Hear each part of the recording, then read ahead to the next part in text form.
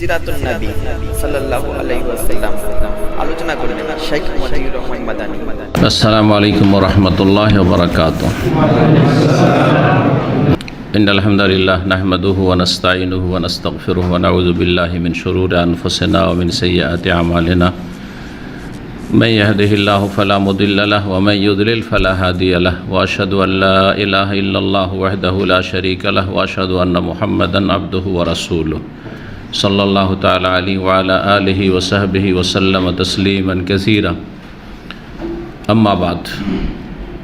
সম্মানিত দ্বীনী ভাতৃমণ্ডলী, আল্লাহ রাব্বুল আলামিনের প্রশংসা এবং প্রিয় রাসূল সাল্লাল্লাহু আলাইহি সাল্লামের ওপর সালাত ও সালামের পর আজ জুমাবার এশার সালাতের পর তারিখ 4 জমাদাস সানি 1443 হিজরি মোতাবেক 7 জানুয়ারি 2022 আমাদের ধারাবাহিক আলোচনা সিরাতুন নবী সাল্লাল্লাহু আলাইহি ওয়াসাল্লাম, পর্ব নম্বর 53। বিষয়বস্তু খন্দকের যুদ্ধ। এই খন্দকের যুদ্ধ 5ম হিজরির শাওয়াল মাসে শুরু হয় আর শেষ হয় প্রায় 1 মাস মদিনার অবরোধ থাকে, আর জিলকাদ মাসের শেষ দিকে গিয়ে শেষ হয়। দীর্ঘ সময় ধরে মদিনা অবরোধ করে ঘেরাও করে রেখেছিল সমস্ত কুফরি শক্তি সেই যুগের, যারা আশেপাশে ছিল।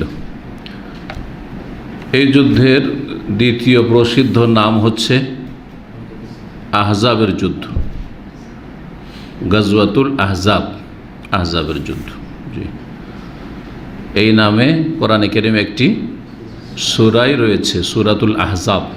জি, এই জন্য সূরা আহজাবকে আহজাব বলা হয়েছে, যে আহজাব হিজবের বহুবচন, হিজবের বহুবচন। তাহলে আহজাব মানে বহু দল, বহু দলের কথা বা বহু দলের ঘটনা যাতে বর্ণনা করা হয়েছে সেই সূরা। খন্দকের যুদ্ধের কথা সূরা আহজাব বিশেষভাবে বিস্তারিত বর্ণিত হয়েছে।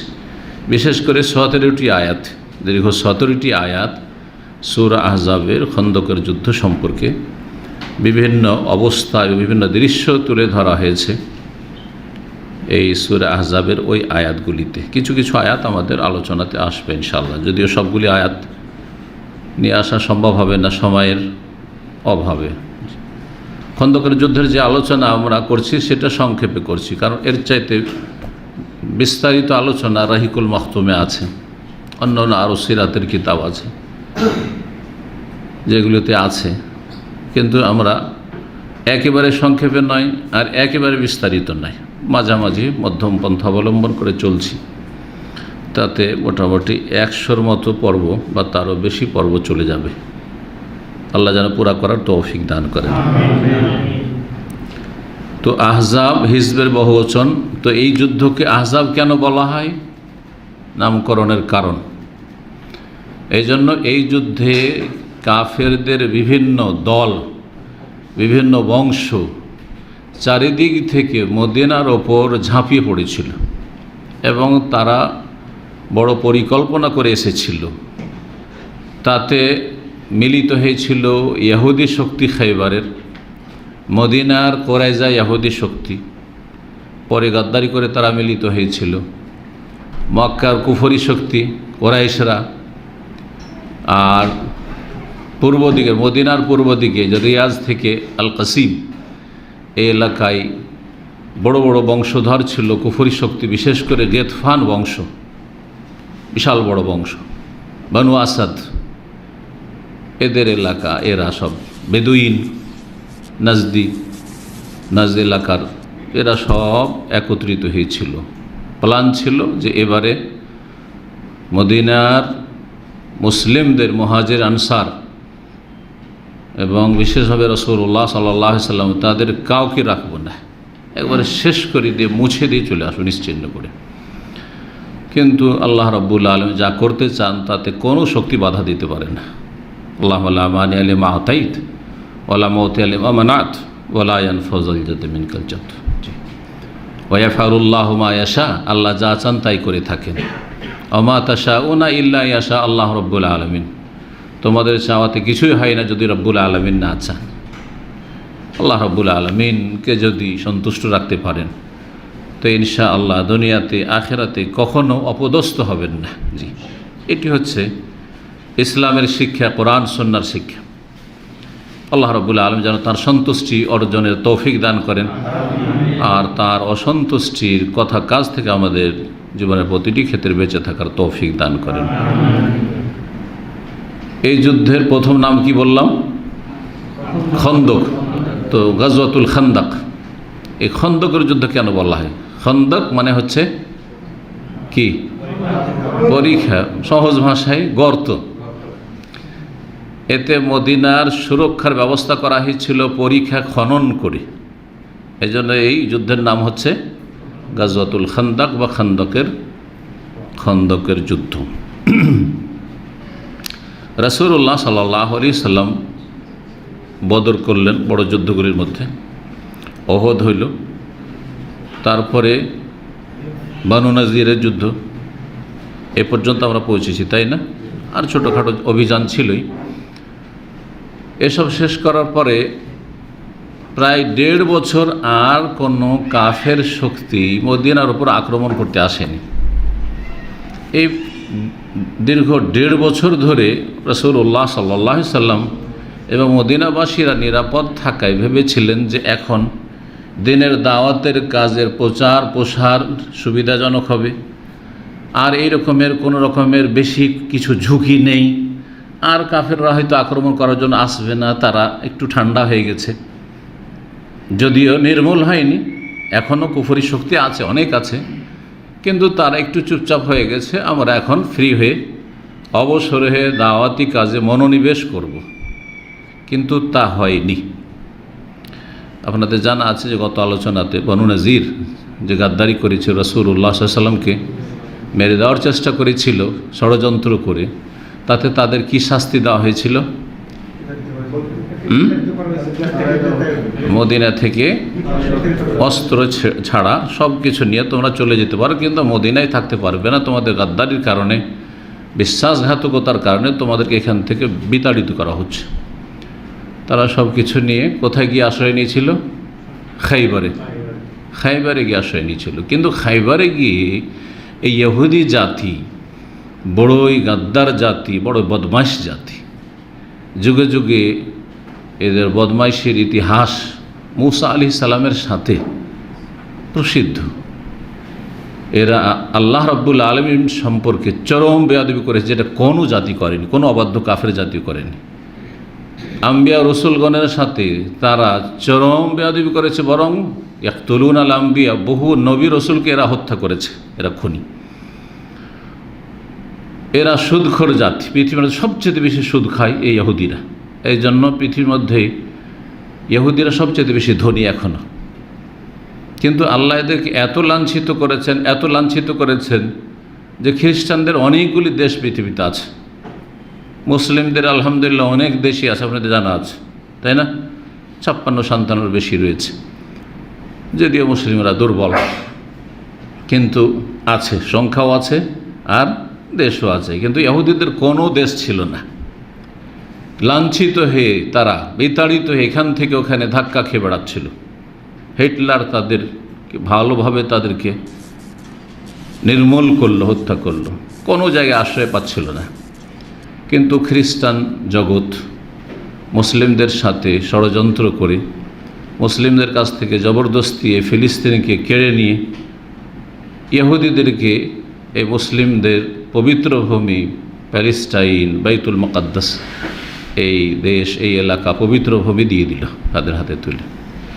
আল্লাহ রাব্বুল কোরআনে কারিমে এই জাতিকে লাঞ্ছিত জাতি বলেছেন। দরিবাত আলাইহিম যিল্লাতু আইনামা সুকিফু ইল্লা বিহাবলি মিনাল্লাহ আও হাবলি মিনান নাস। আল্লাহ রাব্বুল আলামিনের পক্ষ থেকে তাদের ওপর জিল্লত মানে লাঞ্ছনা অবধারিত হয়েছে। দরিবাত আলাইহিম যিল্লাতু ওয়াল মাসকানা,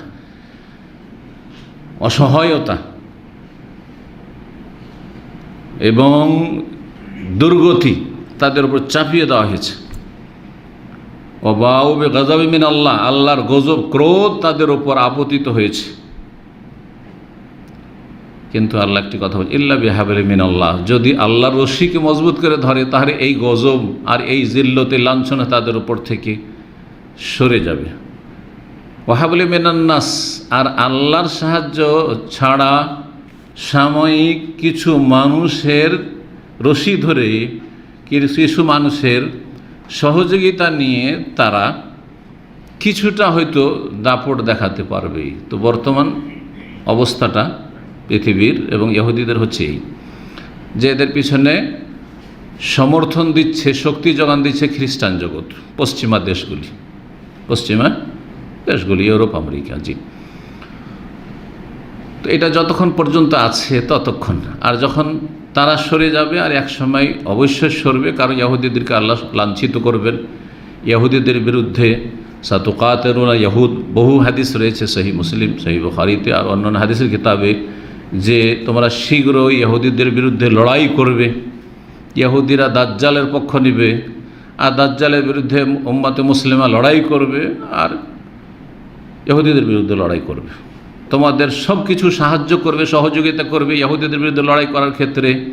হাত্তাল হাজার ওয়াসাজার, গাছ পাথর সব কিছু আমাদের সাহায্য করবে। সহিহ মুসলিমের হাদিস। ইহুদি গিয়ে লুকিয়ে যাবে গাছের আড়ে, পাথরের আড়ে, তখন পাথর ডাক দিয়ে বলবে, জবান খুলে যাবে পাথরের। সহিহ হাদিস। ইয়া আব্দুল্লাহ, হে আব্দুল্লাহ, ইয়া মুসলিম, হে মুসলিম, হাজা ইয়াহুদি ওয়ারাই, এই ইহুদি আমার পেছনে লুকিয়ে আছে, আত্মগোপন করে আছে, ফক্তুলহু, একে হত্যা করো, মারো একে। সুবহানাল্লাহ। যখন আল্লাহর দিনের জন্য কেউ কাজ করে তখন সব কিছু সাহায্য করে, কিন্তু সব কিছু হবে ইসলামিক নেতৃত্বে, মুসলিম নেতার তত্ত্বাবধানে, নেতৃত্বে। এই জঙ্গিরা যে এলোমেলোভাবে, বিক্ষিপ্তভাবে তারা যে সব অশান্তি সৃষ্টি করছে, আর সেগুলির নাম জেহাদ, এগুলো জেহাদ নয় আসলে। তাই এই হাদিসগুলি পড়া, আর এই হাদিসগুলি বোঝা, আর এই হাদিসগুলি বয়ান করা মানে এই নয় যে শোনার পরে আমি জেহাদে নেবে, যে আমরা ওই দল, যে দল ইহুদিদের বিরুদ্ধে লড়াই করবে ভবিষ্যৎবাণী করেছেন, আর দাজ্জালের বিরুদ্ধে লড়াই করবে নবী সাল্লাল্লাহু আলাইহি ওয়াসাল্লাম ভবিষ্যৎবাণী করেছেন, এবং মাহদির সাথে থাকবে, ঈসা আলাইহিস সালামের সাথে থাকবে, সেই দলের লোক আমরা, সুতরাং এখনই আমরা বেরিয়ে পড়ি। না না, একসময় আল্লাহ রাব্বুল আলামিন সৎ নেতৃত্ব দেবেন মুসলিমদেরকে, আর তার নেতৃত্বে সব কিছু ঘটবে, ভবিষ্যৎবাণী রাসূলুল্লাহ সাল্লাল্লাহু আলাইহি ওয়াসাল্লাম করেছেন। এই কথাগুলি কেন বললাম, যে ইহুদিরা হচ্ছে বড়ই কি লাঞ্ছিত, তার সাথে সাথে এরা ষড়যন্ত্রকারী যাত্রী। সবসময় এদের কাজই হচ্ছে কি করা, ষড়যন্ত্র করা, সমস্ত অপরাধ করে অন্যদের উপর চাপিয়ে দেওয়া, অথবা অন্যদের ক্ষতি করার জন্য সবসময় পায়তারা করা, ষড়যন্ত্র একে বলা হয়। তো তারা এত লাঞ্ছিত হয়ে যে বিতাড়িত হইল, মদিনা থেকে খাইবারে গিয়ে আশ্রয় নিল, সেখানে গিয়ে কিন্তু নীরব বসে থাকেনি, সেখানে গিয়ে ষড়যন্ত্র শুরু করলো ইসলাম মুসলিমদের বিরুদ্ধে, মদিনার বিরুদ্ধে, রাসূলুল্লাহ মুহাজির আনসারদের বিরুদ্ধে। এই 1.5 বছর যেতেই, মানে বানু নাজিরকে বিতাড়িত করে, তারপর 1.5 বছর যেতেই, 4th হিজরিতে হয়েছিল, 5ম হিজরির কোন মাসে বললাম, শাওয়াল মাসে খন্দকের যুদ্ধ হচ্ছে। তো এই সময়গুলিতে এই ইহুদিরা তখন ষড়যন্ত্র করা শুরু করলো। তো ষড়যন্ত্র কী ছিল তার আগে বলি, ইহুদিদের সম্পর্কে, ঈসা আলাইহিস সালাম, যা তো আমি বললাম কোরআন হাদিসের আলোকে কিছু কথা সামান্য ইহুদিদের বদচরিত্র সম্পর্কে এবং গাদ্দারি সম্পর্কে, কিন্তু তাদের সম্পর্কে ঈসা আলাইহিস সালাম তিনি আল্লাহর রসুল এবং বান্দা, আবদুহু ওয়া রাসূলুহু। খ্রিস্টানরা পথভ্রষ্ট কাফের হয়েছে কেন?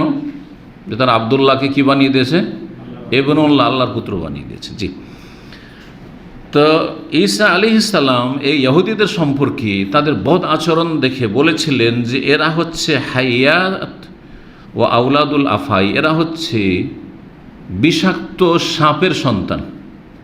ইহুদিরা হচ্ছে বিষাক্ত সাপের সন্তান। মুসলিমরা এদের থেকে রেহাই পায়নি।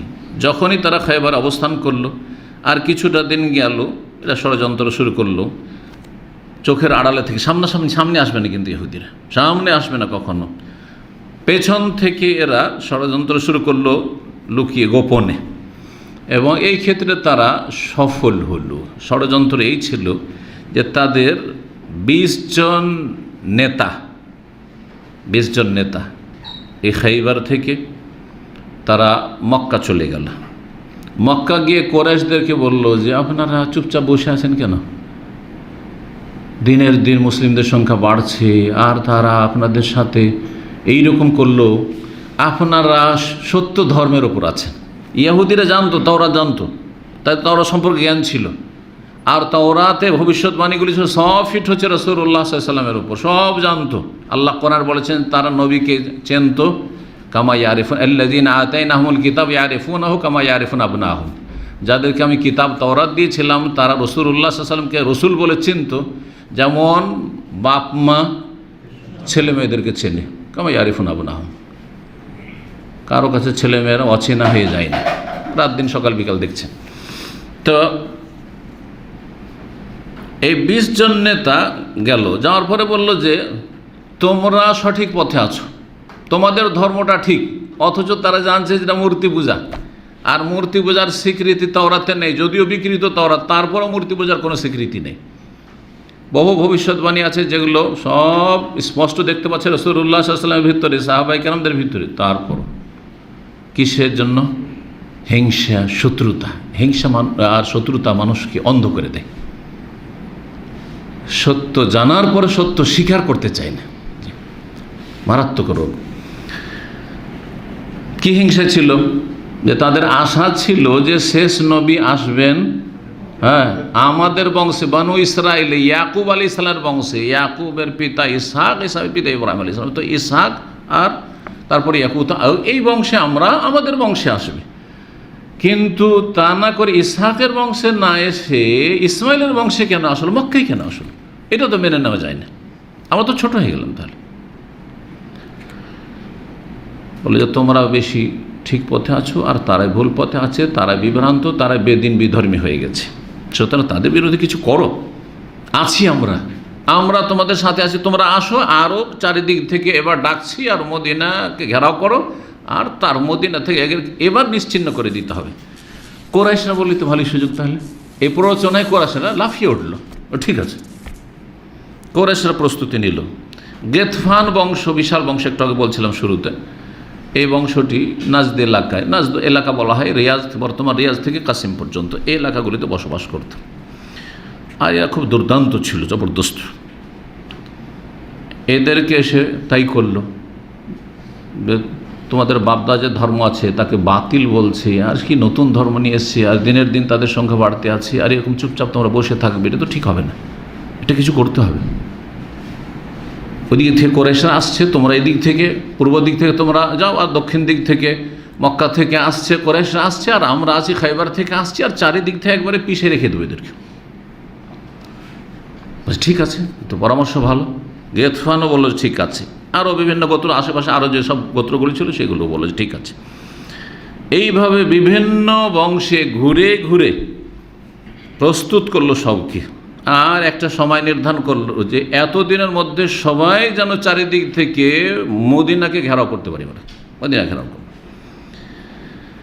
রাসূলুল্লাহ সাল্লাল্লাহু আলাইহি ওয়াসাল্লামের পক্ষ থেকে যেসব সাহাবায়ে কেরাম, যেসব মুখলিস নিষ্ঠাবান ছিলেন, তাদের একদলকে ছেড়ে রেখেছিলেন বিভিন্ন এলাকার খবর নেওয়ার জন্য। প্রতিদিন সকাল সন্ধ্যা খবর আসতে আছে, শুধু ওহির অপেক্ষায় নয়, ওহি তো আসছেই।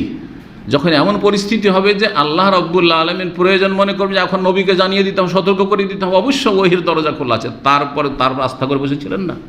পার্থিব যে কর্মগুলি করতে হয় সেগুলি রাসূল সব করে যাচ্ছেন কিন্তু নিয়মিত। এদের থেকে আমাদের শিক্ষা হচ্ছে যে আমরা শুধু ভবিষ্যৎবাণীর ওপর আশা করে বসে থাকব না।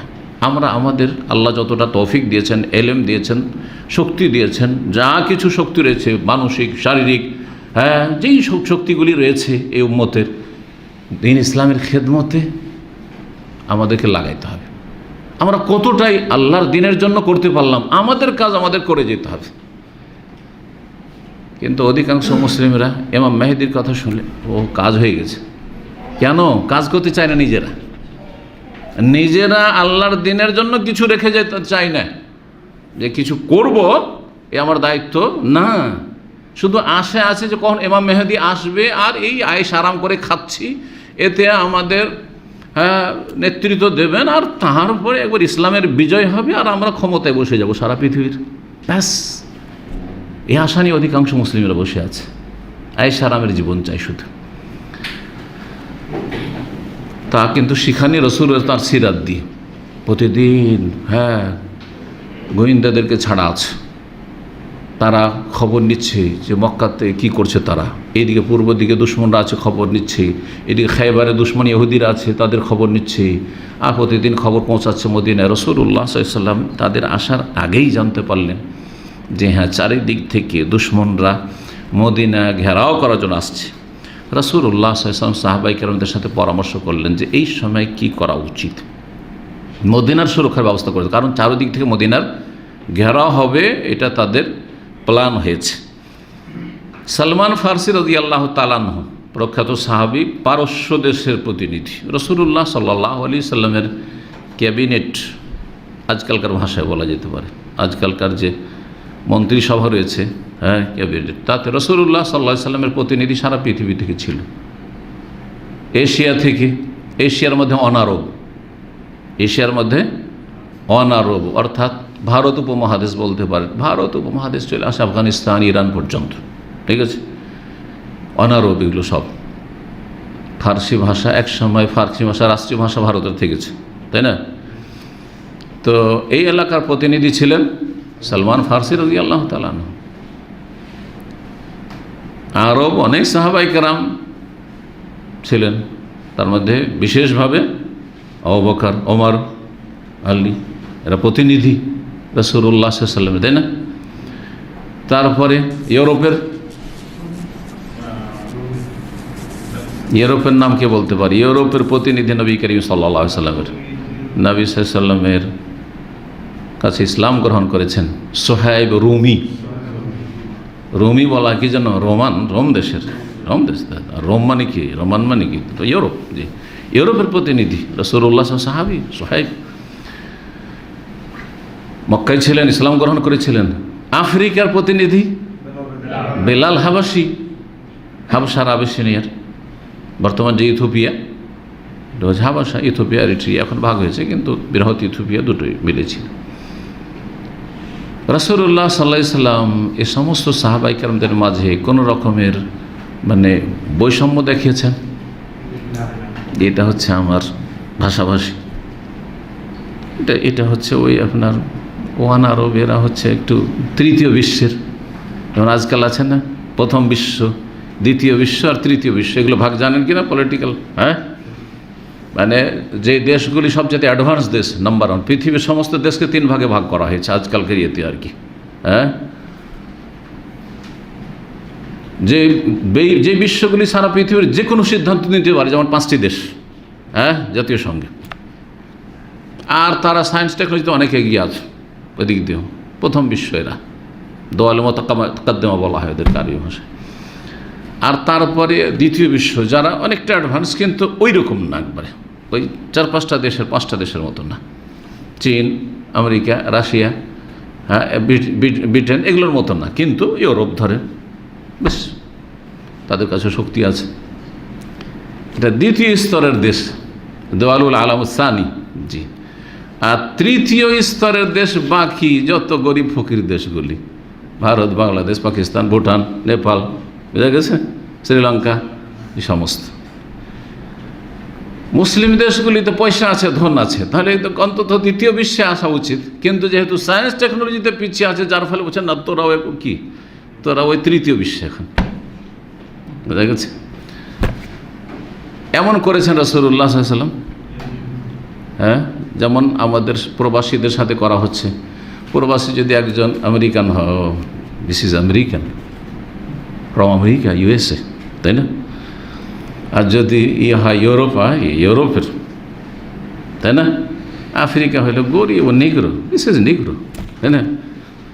কালো, কৃষ্ণাঙ্গ হয়ে গেল, আস্তাগফিরুল্লাহ। আর তারপরে যদি ইন্ডিয়ান, বাংলাদেশি, বাঙালি, মিসকিন আছে, তাই না? করেছেন নাকি? না, তাহলে কোথায় আমরা আছি আর কোথায় রাসূলুল্লাহ সাল্লাল্লাহু আলাইহি ওয়াসাল্লাম সাহাবায়ে কেরাম? লা ফাযলা লি আরাবিন আলা আজামি ওয়ালা লি আজামিন আলা আরাবি ইল্লা বিত্তাকওয়া। কোনো আরবের অনারবের ফজিলত নেই, কোনো অনারবের ইউরোপিয়ান সেজন্য, আমেরিকান সেজন্য তার কোনো ফজিলত নেই। ফজিলত যদি থাকে ইল্লা বিত্তাকওয়া, তাকওয়ার ভিত্তিতে, ঈমান এবং তাকওয়ার ভিত্তিতে। ইন্না আকরামাকুম ইনদাল্লাহি আতকাকুম। এদের শুধু কোরআনে তেলাওয়াতের জন্য ছিল না, আর তরজমা তাফসীর পড়ার জন্য ছিল না, যেমন আজকাল হচ্ছে। বাস্তবে ছিল, যা কোরআনে আছে তার বাস্তবায়ন হয়তো পুরোপুরি। চিন্তা চেতনা আমরা সবাই সমান। যদি আমাদের মধ্যে কারো শ্রেষ্ঠত্ব থাকে, ফজিলত থাকে, কিসের ভিত্তিতে? ঈমান এবং তাকওয়ার ভিত্তিতে। এটা যেমন কোরআনে আছে, যেমন তাফসীরে আছে, হাদিসে আছে, তেমনি বাস্তব মুসলিম সমাজ, এটা হচ্ছে ইসলামী সমাজ। এই ধ্যান ধারণা আমাদের তৈরি হতে হবে যে কোনো ফজিলত আমাদের নেই একমাত্র ঈমান তাকওয়া ছাড়া। আল্লাহ যেন তৌফিক দান করে।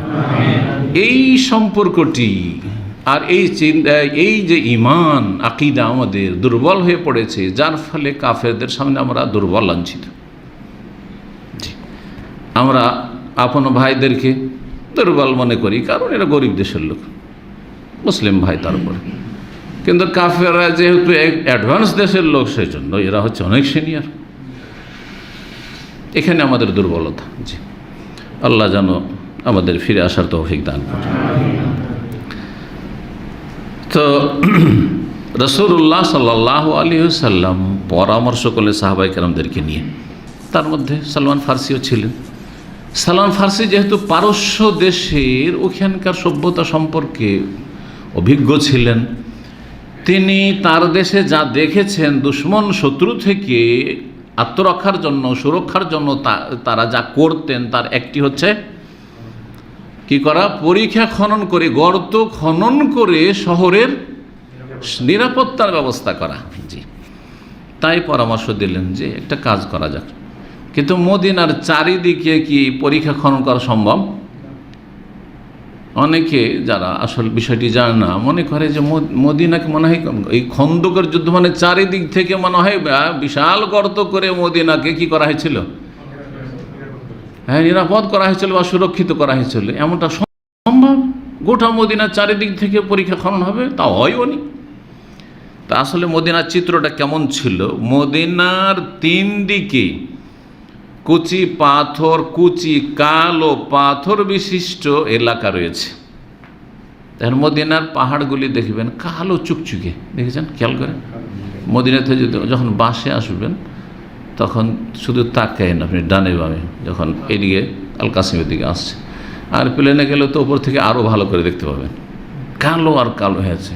গোটা সৌদি আরবে এত কালো পাহাড় আর কালো পাথর কোথাও পাবেন না আপনি, মক্কা তো নেই। জি, তো মদিনার তিন দিকে ছিল কি এই হাররা বলা হয় ছোট কঙ্কর এবং কালো রঙের, সেগুলি ছিল। আর এই নামে 1400 বছর পার হয়ে গেছে, তারপরও দুটো হাররা, এখনও দুটো মহল্লার নাম এই হাররা বলে আছে, হাররা শারকিয়া আর হাররা গারবিয়া। আপনি যখন এই বাকির দিকে বেরোবেন, বাবে জিবরিল, আপনার মসজিদ নববী থেকে বাবুস সালামের অপোজিট দিকে বেরোবেন, মানে বাকির কবরস্থানের দিকে বেরোবেন। জান্নাতুল বাকি বলা বেদাত, সেজন্য জান্নাতুল বাকি বলছি না। শুনতে তো মজা লাগছে, তাই না? নামটা যদি আমিও জান্নাতুল বাকি বলি তো বলতেও মজা লাগছে, শুনতেও মজা লাগছে, কিন্তু বেদাতি কথা। কিছুটা আসার পরে এই মহল্লার নাম হচ্ছে হাররা শারকিয়া। এই মহল্লার নাম হচ্ছে হাররা শারকিয়া। এখানে আমাদের একজন বাঙালি শেখ সৌদি হয়েছেন, তার বাড়ি ছিল। আমি কখনো কখনো ওনার নাম বলেছি, শেখ মোহাম্মদ নসরতুল্লাহ রহমতুল্লাহ আলী রাহিমাহুল্লাহ তাআলা। কয়েক বছর আগে ইন্তেকাল করেছেন। উনি খুব ভালোবাসতেন আমাকে। তিনজন বাঙালি শেখ মদিনা ইউনিভার্সিটি পাশ করে যে সৌদি নাগরিকত্ব পেয়েছেন ওই জামানায়, শেখ বাজের ছাত্র, তারা শেখ বাজ রাহিমাহুল্লাহর ছাত্র। তার মধ্যে উনি একজন, আর উনি বাংলাদেশের বড় একজন আলেম, আহলে হাদিস আলেমের জামাই ছিলেন। দ্বিতীয় স্ত্রী তার ওই বাংলাদেশের বড় আলেমের মেয়ে, মাওলানা আলিমউদ্দিন নদিয়াবি। পশ্চিমবঙ্গের নদিয়ায় বাড়ি ছিল, আর তারপর ওখান থেকে হিজরত করে উনি বাংলাদেশে চলে যান। মানে পাশের ডিস্ট্রিক্ট যেটা আপনার এদিকে নদিয়ার পাশে, ওইদিকে। তারপরে এখন জানি না ওনার ছেলেরা কোথায় আছে, ঢাকাতেও আছে। ওনার ছেলেদের সাথে আমার একবার মক্কাতে দেখা হয়েছে, আলিমউদ্দিন নদিয়াবের সাথে দেখা হয়নি। তবে মাদ্রাসা মোহাম্মদিয়া আরবিয়া যাত্রাবাড়ির সাথে আর জমিয়ত আহলে হাদিসের সাথে ওনার ভালো সম্পর্ক ছিল, খুব বড় আলেম। রাহেমাহুল্লাহ। তো ওনার বাড়ি ছিল হাররা সারকিয়াতে, এই দিকটাই। জি। আর যেটা বাবুসালাম থেকে বেরিয়ে কিছু দূর যাওয়ার পরে, প্রায় 1.5-2 কিলোমিটার যাওয়ার পরে ওই কচি পাথরের এলাকা, কালো পাথর এলাকা, ওইটাকে হাররা গারবিয়া বলা হয়।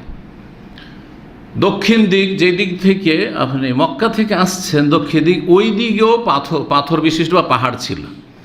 তাহলে 3 দিক থেকে মোটামুটি আল্লাহ সৃষ্টিগতভাবে মদিনাকে সুরক্ষিত করেছেন। মানে 3 দিক থেকে দুশমনের প্রবেশ করাটা খুব কঠিন, প্রবেশ করলে বিপদে পড়তে হবে। না, পাহাড়ি এলাকায় বাইরের লোকের যুদ্ধ করাটা অত সহজ কথা নয়, কিন্তু এটা মনে রাখবেন, পাহাড়ি এলাকায় বাইরে থেকে এসে যুদ্ধ করা খুবই কঠিন। এই জন্য কাশ্মীরে এত বিশাল সেনাবাহিনী, তারপরও কাশ্মীরে মার খেতে হচ্ছে, চলতে আছে, তাই না? কেন কাশ্মীরের লোকেরা ভালো করে জানে যে কোনখানে কি আছে। এরকমই এই ইয়ামানের অবস্থা। ইয়ামানের যে হুসি, এই খবিস শিয়া রাফেজিগুলো, এরা আত্মগোপন করে থাকে পাহাড়ে, জানে যে কোন জায়গাতে পাহাড়ে লুকাবার জায়গা আছে, কিন্তু বাইরে থেকে গিয়ে যারা তাদেরকে দমন করার চেষ্টা করেছে তারা তা বুঝেন না, যার ফলে তারা ওপর থেকে হামলা করতে পারছে। কিন্তু যদি জমিনি লড়াই হয় তাহলে সেখানে গিয়ে খুব বিপদের সম্মুখীন হতে হচ্ছে। আল্লাহ রাব্বুল আলামিন যেন আহলে সুন্নাতের হেফাজত করেন এবং আহলে সুন্নাতকে আল্লাহ ইয়ামানকে যেন আহলে সুন্নাতের হাতে আল্লাহ ফিরিয়ে দেন। রাফেজি শিয়াদেরকে লাঞ্ছিত করে আল্লাহ নির্মূল করেন ইয়ামান থেকে, এবং ইরানের ষড়যন্ত্রকে আল্লাহ যেন ধূলিসাৎ করেন। আহলে সুন্নাত ওয়াল জামাত এবং আরব দেশগুলোর বিরুদ্ধে যে রাত দিন ষড়যন্ত্র করতে আছে, আল্লাহ যেন হেফাজত করেন মুসলিম উম্মার। তাহলে কাফেরদেরকে মদিনার ভিতরে ঢুকে যদি আক্রমণ করতে হয় তাহলে উত্তর দিক দিয়ে ঢুকতে হবে, উত্তর দিকে ঢুকতে হবে। আপনার দক্ষিণ দিক থেকে আসলো, দক্ষিণ দিক থেকে পশ্চিম দিকে, দক্ষিণ দিক থেকে এসে পশ্চিম মদিনা ইউনিভার্সিটির দিক থেকে এসে আপনার উত্তর দিক থেকে এসে ঢুকতে হবে। এই দিকটা সরজমিন ছিল, এই দিক থেকে দুশমনের প্রবেশের সম্ভাবনা খুব বেশি। সুতরাং এই জায়গাটুকুকে, অল্প কিছু জায়গা, সেই জায়গাকে কি করা হোক, জি, খনন করা হোক, খন্দক করা হোক। তো তারপরে চারিদিক থেকে তাহলে মদিনা সুরক্ষিত। মদিনাতে নারীরা রয়েছে, শিশুরা রয়েছে, তারা সুরক্ষিত। আর আমরা গিয়ে দুশমনদের সামনে মুখোমুখি থাকবো, দুশমনকে আর এই মদিনার ভিতরে ঢুকতে দেওয়া হবে না। পরীক্ষা খনন শুরু হইল। জি, পরীক্ষা খনন শুরু হলো। সেলা নামক একটি পাহাড় রয়েছে মদিনায়, যেখানে ওই যে 7টি মসজিদ এককালে ছিল, কমতে কমতে 5টি, জানি না এখন কয়টি আছে। আমরা মদিনা ইউনিভার্সিটির ছাত্র ছিলাম তখন 7টি মসজিদ, ছোট ছোট মসজিদ। আর বেদাতিরা আসতো সব ভারত থেকে, তুরস্ক থেকে, আফগানিস্তান থেকে, পাকিস্তান থেকে, আর আসার পরে লাইন লাগিয়ে থাকতো তরিকত করে নামাজ পড়ার জন্য এক একটা ছোটো মসজিদে। ওর মধ্যে 1-2টি বড় ছিল, বাকি সব ছোটো ছোটো মসজিদ। তখন একগুলো ক্যামেরা পাওয়া যেত, দেখা যেত, এখানে 5 রিয়াল 10 রিয়ালে পাওয়া যেত। হ্যাঁ, ওগুলো তো ওই 7 মসজিদ দেখাতো আর কি। তো ওইখানে যে পাহাড়টি রয়েছে ওই মসজিদের পাশে, ওইটার নাম হচ্ছে সেলা পাহাড়। সেলা পাহাড়কে পিছনে করে তার সামনের দিকে ওইখানে পরীক্ষা খনন শুরু হলো। আর সেই পরীক্ষা খনন পশ্চিম দিক থেকে শুরু করে পূর্ব দিক পর্যন্ত খনন করা হইল। এর জন্য প্রত্যেক 10 জনকে দায়িত্ব দেওয়া হলে যে 40 হাত করে খনন করবে। প্রত্যেক 10 জনকে 40 হাত। তাহলে এক একজনের ভাগে কয় হাত করে পড়ে? 4 হাত করে। এক একজন সাহাবীকে কি করতে হবে? 4 হাত করে পরীক্ষা খনন করতে হবে। আর পরীক্ষা গর্তটি বড়, যাতে করে কেউ লাফ দিয়ে না আসতে পারে, ঘোড়া লাফ দিয়ে এপার থেকে ওপার না আসতে পারে, আর মানুষ লাফ দিয়ে এপার থেকে ওপার না আসতে পারে, এতটা অন্তত খনন করা হয়েছে। রাসূলুল্লাহ সাল্লাল্লাহু আলাইহি সাল্লাম সশরীরে এই পরীক্ষা খননে অংশ নিলেন, নিজে খনন করছিলেন, নিজে মাটি এবং পাথর এক জায়গা থেকে আরেক জায়গায় সরাচ্ছিলেন। আর সেই সময় বিভিন্ন কবিতাগুলি আবৃত্তি করছিলেন, ইসলামিক কবিতা আবৃত্তি করছে রাসূলুল্লাহ সাল্লাল্লাহু আলাইহি সাল্লাম, যাতে করে সাহাবায়ে কেরামদের যে ক্লান্তি রয়েছে আর ক্ষুধা রয়েছে সেটাকে লাঘব করা, হালকা করা সম্ভব হয়। এই জন্য ইসলামে কিছু উৎসাহমূলক কবিতা এবং দোয়া তাতে দিচ্ছিলেন। তার মধ্যে একটি লাইন বা দুটি লাইন পড়েছেন রাসূলুল্লাহ সাল্লাল্লাহু আলাইহি ওয়াসাল্লাম যে আল্লাহুম্মা লা খায়রা ইল্লা খায়রুল আখিরা বা লা আইশা ইল্লা আইশুল আখিরা, দুই রকম রিওয়ায়াত রয়েছে, হাদিসে বর্ণনা রয়েছে, সহিহ বুখারীতে রয়েছে এই রিওয়ায়াত বা হাদিস। হে আল্লাহ, একমাত্র কল্যাণ হচ্ছে আখিরাতের কল্যাণ, বা আল্লাহুম্মা লা আইশা ইল্লা আইশুল আখিরা, আসল জীবন হচ্ছে পরকালের জীবন। আল্লাহ, আসল জীবন হচ্ছে পরকালের জীবন, দুনিয়ার জীবন এমন কোনো জীবনই না। জি, সাময়িক কিছু কষ্টের জীবন, আর তারপরে তো আরাম আর আরাম ভালো মানুষের জন্য। ফানসরিল আনসারা ওয়াল মুহাজিরা, সুতরাং হে আল্লাহ তুমি আনসার এবং মুহাজিরিনদের সাহায্য করো।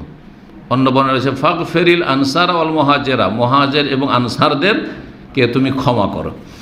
এই বলে যখন উৎসাহিত করেছে রাসূলুল্লাহ সাহাবায়ে কেরামদেরকে উদ্বুদ্ধ করছিলেন এই খেদমতে, তখন তারা জবাবে আবৃত্তি করেছিলেন নাহনুল্লাযীনা বায়াউ মুহাম্মাদান আলাল জিহাদে মা বাকিনা আবাদা। সহিহ বুখারীতে riwayatগুলি রয়েছে যে আমরা এমন মানুষ যারা মুহাম্মদ সাল্লাল্লাহু আলাইহি সাল্লামের সাথে শপথ করেছি, বায়াত করেছি আলাল জিহাদে, জিহাদ করার জন্য, মা বাকিনা আবাদা, যতদিন আমরা বেঁচে আছি, যতদিন আমরা বেঁচে আছি। রাসূলুল্লাহ সাল্লাল্লাহু আলাইহি ওয়াসাল্লামের প্রখ্যাত সাহাবী একজন কবি ছিলেন আব্দুল্লাহ বিন রাওয়াহা। আব্দুল্লাহ বিন রাওয়াহা মুতার যুদ্ধে যিনি নেতৃত্ব দিতে শহীদ হয়েছিলেন রোমানদের বিরুদ্ধে রাদিয়াল্লাহু তাআলা আনহু। তো তার কবিতাগুলি ওয়াল্লাহি লাউলাল্লাহু মাহতাদাইনা ওয়ালা তাসাদ্দাকনা ওয়ালা সাল্লাইনা ফাআনজালান সাকিনাতান আলাইনা ওয়াসাব্বিতিল আকদামা ইল্লাকিনা ইন্নাল উলা কাদ বাগাও আলাইনা। অন্য রিওয়ায়াত রয়েছে ইন্নাল আদা কাদ বাগাও আলাইনা ইযা আরাদু ফিতনাতান আবাইনা আবাইনা। আর শেষখানে কবিতা পড়ার একটা ভঙ্গিমা আছে, শেষ অংশটুকু একটু জোরে পড়ে আরও মানুষকে উৎসাহিত করা, উদ্বুদ্ধ করা। আবাইনা আবাইনা আবাইনা আবাইনা, অর্থগুলি বলে দিই। কি বললাম? ওয়াল্লাহি, আল্লাহর কসম করে বলছি, লাউলাল্লাহু মাহতাদাইনা, আল্লাহর যদি বিশেষ অনুগ্রহ রহমত না হইতো তো আমরা হেদায়েত পেতাম না, আমরা ওই কাফের মুশরিক হয়ে এই সব দুশমনদের মতো থেকে যেতাম, জাহান্নামী হয়ে যেতাম। ওয়ালা তাসাদ্দাকনা ওয়ালা সাল্লাইনা, আর যদি হেদায়েত না হইতাম তাহলে না দান খায়রাত করতাম, সাদকা যাকাত দিতাম, না আমরা সালাত আদায় করতাম। ওয়ালা তাসাদ্দাকনা ওয়ালা সাল্লাইনা ফানজালান সাকিনাত আলাইনা, সুতরাং হে আল্লাহ আমাদের ওপর তুমি প্রশান্তি নামিয়ে দাও, প্রশান্তি নাজিল করো। ইযা আরাদু ফিতনাতান, যখন ইন্নাল উলা কাদ বাগাও আলাইনা, আর এই প্রথম দল মানে কুরাইশরা আমাদের ওপর জুলম অত্যাচার করেছে, সীমা লঙ্ঘন করেছে, বাড়াবাড়ি করেছে। আর অন্য বর্ণনা রয়েছে উলার জায়গায় আদা, শত্রুরা আমাদের ওপর ঝাঁপিয়ে পড়েছে, জুলম অত্যাচার করেছে, সীমা লঙ্ঘন করেছে।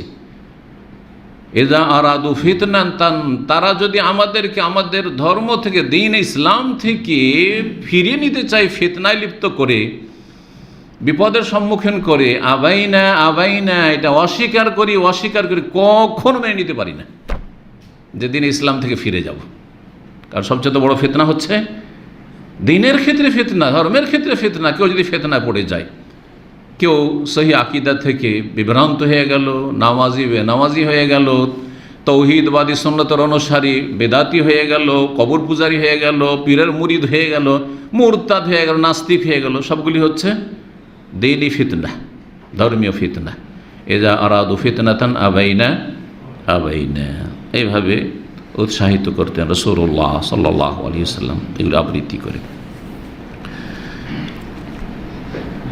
যখন পরীক্ষার খনন চলছিল সেই সময় বিভিন্ন রকমের কঠিন মুহূর্তের সম্মুখীন হয়েছেন রাসূলুল্লাহ সাল্লাল্লাহু আলাইহি ওয়াসাল্লাম এবং সাহাবায়ে কেরাম। এক তো ছিল প্রচণ্ড শীতের সময়, প্রচণ্ড ঠান্ডা, আর তার সাথে প্রচণ্ড খিদা। তিন দিন পার হয়ে গেছে রাসূলুল্লাহ সাহাবায়ে কেরামদের কিছু একটা খেজুরও খাওয়ার ব্যবস্থা নেই। 3 দিন পর, তারপরে এমনি বাড়িতে বসে নয়, মেহনতের কাজ চলছে, পাথরের মাটি, সে পরীক্ষা খনন করা হচ্ছে। ক্ষুধার সময় মানুষ সোজা হয়ে দাঁড়িয়ে থাকতে পারে না, সেই জন্য নিজেকে সোজা রাখার জন্য পেটে পাথর বাঁধতেন তারা। সাহাবীরা বলছেন, ইয়া রাসূলুল্লাহ, খিদার জ্বালায় আর থাকতে পারছি না, দেখেন যে পেটে পাথর বেঁধে আছে, পেটে পাথর বেঁধে আছে। একটা করে পাথর বেঁধে আছেন সাহাবীরা দেখালেন। রাসূলুল্লাহ সাল্লাল্লাহু আলাইহি ওয়াসাল্লাম কাপড়টা উঠিয়ে বললেন যে দেখো, আমি দুটো পাথর বেঁধে আছি, দুটো পাথর বেঁধে আছি, কোনো খাবার দাবার ব্যবস্থা নেই। এই সময় অল্প একটু জব কেউ নিয়ে আসলো, এইভাবে দুই হাতে অঞ্জলিত করে জব নিয়ে আসলো। কতটা জব আসবে? জব, জি হ্যাঁ, জবে তো জানেন যে চোখা কীরকম, দেখেছেন কি না? জি হ্যাঁ। আর এই জব কি দিয়ে খাবে? সেটাতে সেই যুগে চর্বি ব্যবহার হতো, ঘিয়ের মতো, ঘি অথবা চর্বি, এই ধরনের জিনিস, চর্বিও খেত মানুষ। আজকাল পয়সা হয়েছে, গোশতে চর্বি রাখিও না, না হলে এ হয়ে যাবে। কারণ এত বেশি খাচ্ছেন যে একটু চর্বি গেলে বিপদ। কারণ বোঝার ওপর শাকের পোটলা ভারী, জানেন না? এত শরীরে কোলেস্টেরলের বোঝা আগে থেকে আছে যে একটু চর্বি গেলে বিপদ, সব ব্লক হয়ে যাবে। আজকাল ভয় এটাই, তাই না? কিন্তু যদি মানুষ অনাহারে থাকে, খেতে পায় না, হ্যাঁ, আর বড় ক্ষুধার পরে মাঝে মধ্যে খেতে পেয়েছে, আর চর্বিও যদি খায়, কিছু হবে না, ও চর্বি গলে শেষ হয়ে যাবে মেহনতের কাজে আর অনাহারের কারণে, তাই না? জি হ্যাঁ। তো সেই চর্বি অথবা ঘি কিন্তু এমন ছিল যে দীর্ঘদিন পুরাতন, যার ফলে তাতে গন্ধ হয়ে গেছে, সেটা দিয়ে কোনো রকম খাচ্ছে, রুচি হচ্ছে না, খেতে পারছে না। তারপর সাহাবীরা খেয়ে ক্ষুধা মেটাবার চেষ্টা করছে, এরকম অবস্থা ছিল। রাসূলুল্লাহ সাল্লাল্লাহু আলাইহি ওয়াসাল্লামের কাছে সাহাবায়ে কেরাম বললেন যে, ইয়া রাসূলুল্লাহ, আর বরদাস্ত হচ্ছে না, খিদা, থাকতে পারছি না। এই সময় বেশ কিছু মুজিজা প্রকাশ পেয়েছিল রাসূলুল্লাহ সাল্লাল্লাহু আলাইহি ওয়াসাল্লামের, অসাধারণ কিছু অলৌকিকত্ব দেখা গিয়েছিল। জাবের রাদিয়াল্লাহু তাআলা আনহু যুবক সাহাবী, তার আব্বার কথা এর আগে বলেছি যে ওহদে শহীদ হয়েছিলেন, আর 9টি বোন ছিল, বিয়ে করেছিলেন। তো তিনি অকুমারী বিয়ে করেছিলেন, বিধবা বিয়ে করেছিলেন। সবাই তাকে বলতো, তুমি একটা যুবক ছেলে, অল্প বয়স, আর তুমি একটা বুড়ি মেয়ে কেন, বয়সিকা মেয়ে কেন বিয়ে করেছ, এরকম কেন বিয়ে করেছ?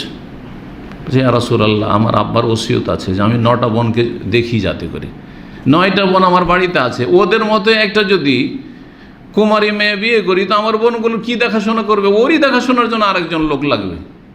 তো একটু বয়সিকা মেয়ে বিয়ে করে যাতে করে ও আমার বোনগুলোকে মায়ের মতো করে আদর স্নেহ করে তাদেরকে নিয়ে চলতে পারে, সেই জন্য বিয়ে করেছি। সুবহানাল্লাহ। তো যারা এইরকম কোরবানি করে, আল্লাহ তাদের জীবনে অনেক বরকত দেয়।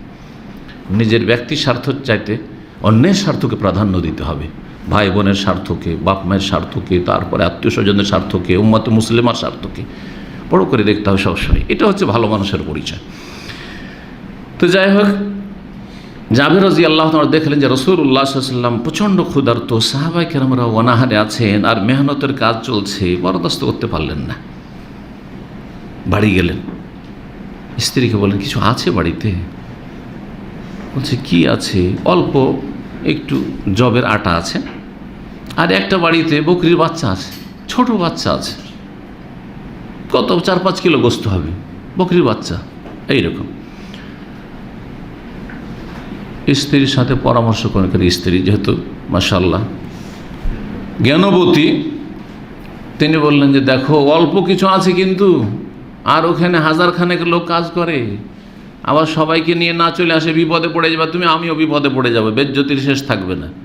তো তুমি গিয়ে বলবে যে ইয়া রাসূলুল্লাহ, অল্প একটু গোস্ত আছে, আর এই জবের আটা আছে, ওইটা দিয়ে কয়টা রুটি মাত্র তৈরি হবে। তো আপনি একবারে কয়েকজন সাহাবীকে, যাদেরকে আপনি পছন্দ করেন, আপনি সাথে নিয়ে চুপচাপ আসেন,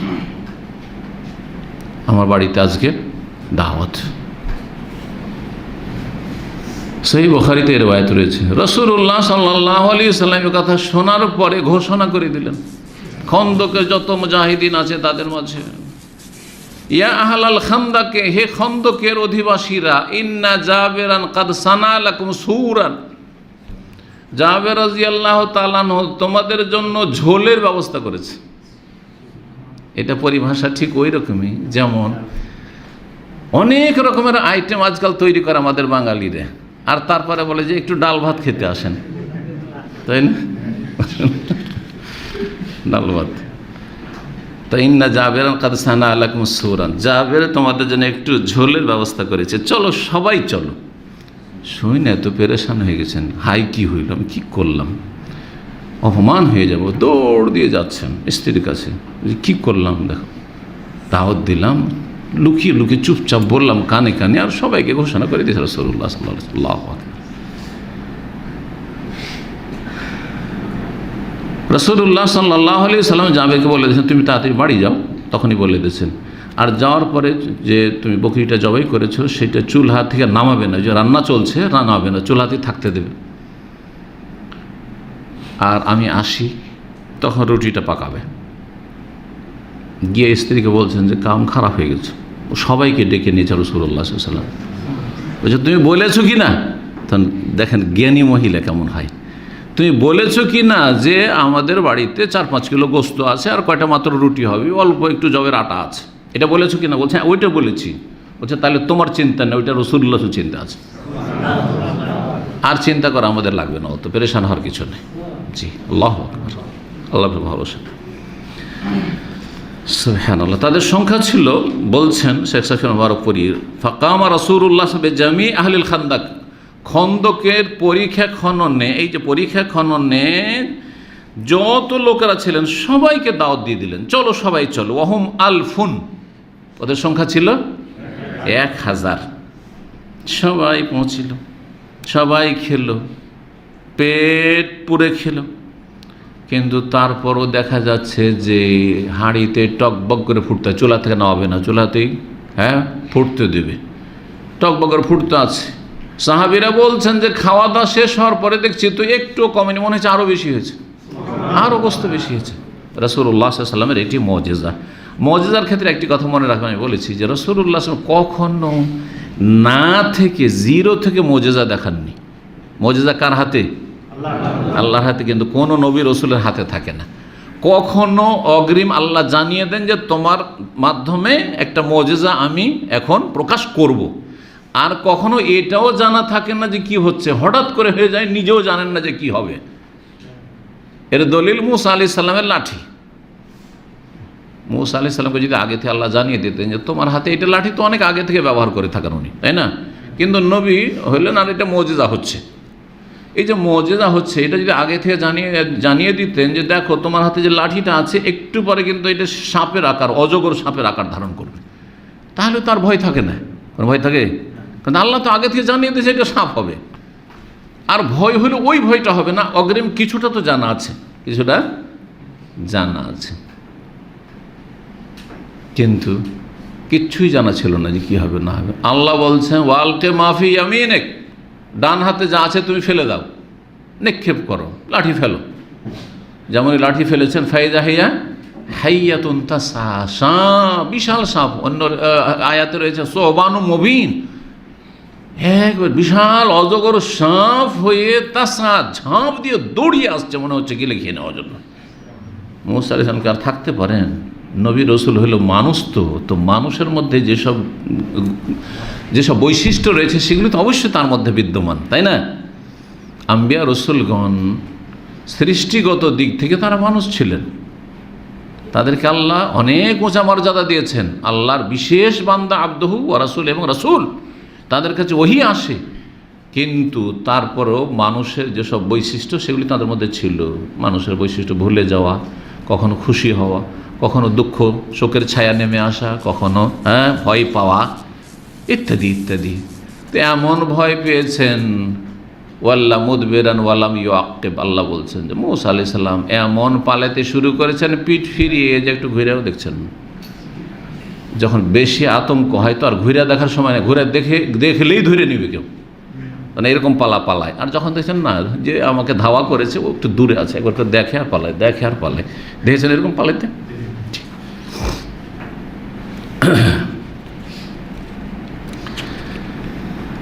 সুবহানাল্লাহ। সাহাবায়ে কেরাম সবাই খেলেন, রুটি তৈরি হচ্ছে, এখনও আটা রাখাই আছে, আটা কমেনি, গোস্ত কমেনি। এই একটি ঘটনা, এক মুজিজা। নওমান বিন বশির রাদিয়াল্লাহু তাআলা আনহুর বোন সাহাবিয়ে, তিনি একটা ছোট্ট পাত্রে খেজুর নিয়ে এসছেন। তার আব্বা আছে ওই পরীক্ষা খননে, আর তার মামা আছে, এই দুজনের জন্য, যে ওইটা আমার আব্বার জন্য আর মামার জন্য, সবার জন্য না, ওদের কী হবে। রাসূলুল্লাহ সাল্লাল্লাহু আলাইহি ওয়াসাল্লাম খেজুরটি নিয়ে একটা কাপড়ের উপর সবগুলিকে ছিটিয়ে দিলেন। খেজুরটিকে কী করলেন? ছিটিয়ে দিলেন কাপড়ের ওপরে। আর তারপরে খন্দ করে যত লোকেরা সবাইকে বলেন যে আসো খেজুর খেতে এসো, মাত্র একটু খেজুর। জি, সবাই খেলেন, পরিতৃপ্ত হয়ে খেলেন একবারে। আর এত খেজুর বাড়লো যে ওই কাপড় থেকে মনে হচ্ছে বাইরে চলে যাচ্ছে, মানে এত বড় খেজুরের সারি হয়েছে যে বাইরে চলে যাচ্ছে খেজুর। আল্লাহু আকবার। যে কথাটি বলছেন যে রাসূলুল্লাহ সাল্লাল্লাহু আলাইহি ওয়াসাল্লাম যে কোনো এইরকম মুজিজা তার হাতে প্রকাশ পেয়েছে, একবারে জিরো থেকে হয়নি, কিছু একটা থেকেছে, অস্তিত্বহীন থেকে হয়নি, কিছু একটা থেকেছে, বেড়েছে, কিন্তু একটা কিছু ছিল। এক গ্লাস পানি বা একটা লোটা পানি আনা হয়েছে, আর তারপরে তাতে হাত ডুবিয়ে দিয়েছেন এইভাবে, আর তার ফোয়ারার মতোই হাতের আঙ্গুলের নিচে থেকে একেবারে পানি বের হওয়া শুরু হয়েছে। এরকম মুজিজা রাসূলুল্লাহ হয়েছে, কিন্তু কিছুই নেই, পানি নেই, কিচ্ছু নেই, খাবার নেই, খেজুর নেই, আর এমনিতে খাওয়াচ্ছেন, এরকমটা হয়নি। কিন্তু কেন? রহস্যটা কি? আল্লাহ কি পারতেন না? মুজিজা তো আল্লাহর ক্ষমতাধীন, তাই না? তো আল্লাহ তো না থেকেও খাওয়াইতে পারেন, কিন্তু আল্লাহ এটা করেননি। কারণ যাতে করে কারো এরকম ভ্রম না হয়ে যায়, কেউ পথভ্রষ্ট না হয়ে যায় যে আল্লাহ যেমন অস্তিত্বহীন থেকে অস্তিত্ব দানকারী। হাল আতা আলাল ইনসান হিনুম মিনাদ দাহরি লাম ইয়াকুন শাইআম মাযকুরা, মানুষ একসময় কিছুই ছিল না, তারপরে না থেকে জিরো থেকে অস্তিত্বে নিয়ে এসেছেন আল্লাহ রাব্বুল আলামিন। এরপর রাসূলুল্লাহ সাল্লাল্লাহু আলাইহি ওয়াসাল্লাম মানুষকে, সাহাবীদেরকে খাওয়াইছেন, কিছুই ছিল না, আর দেখছে খাবার আর খাবার, এরকমটা করেন। কোনো একটা কিছু আছে আর সেখান থেকে ফলন হচ্ছে,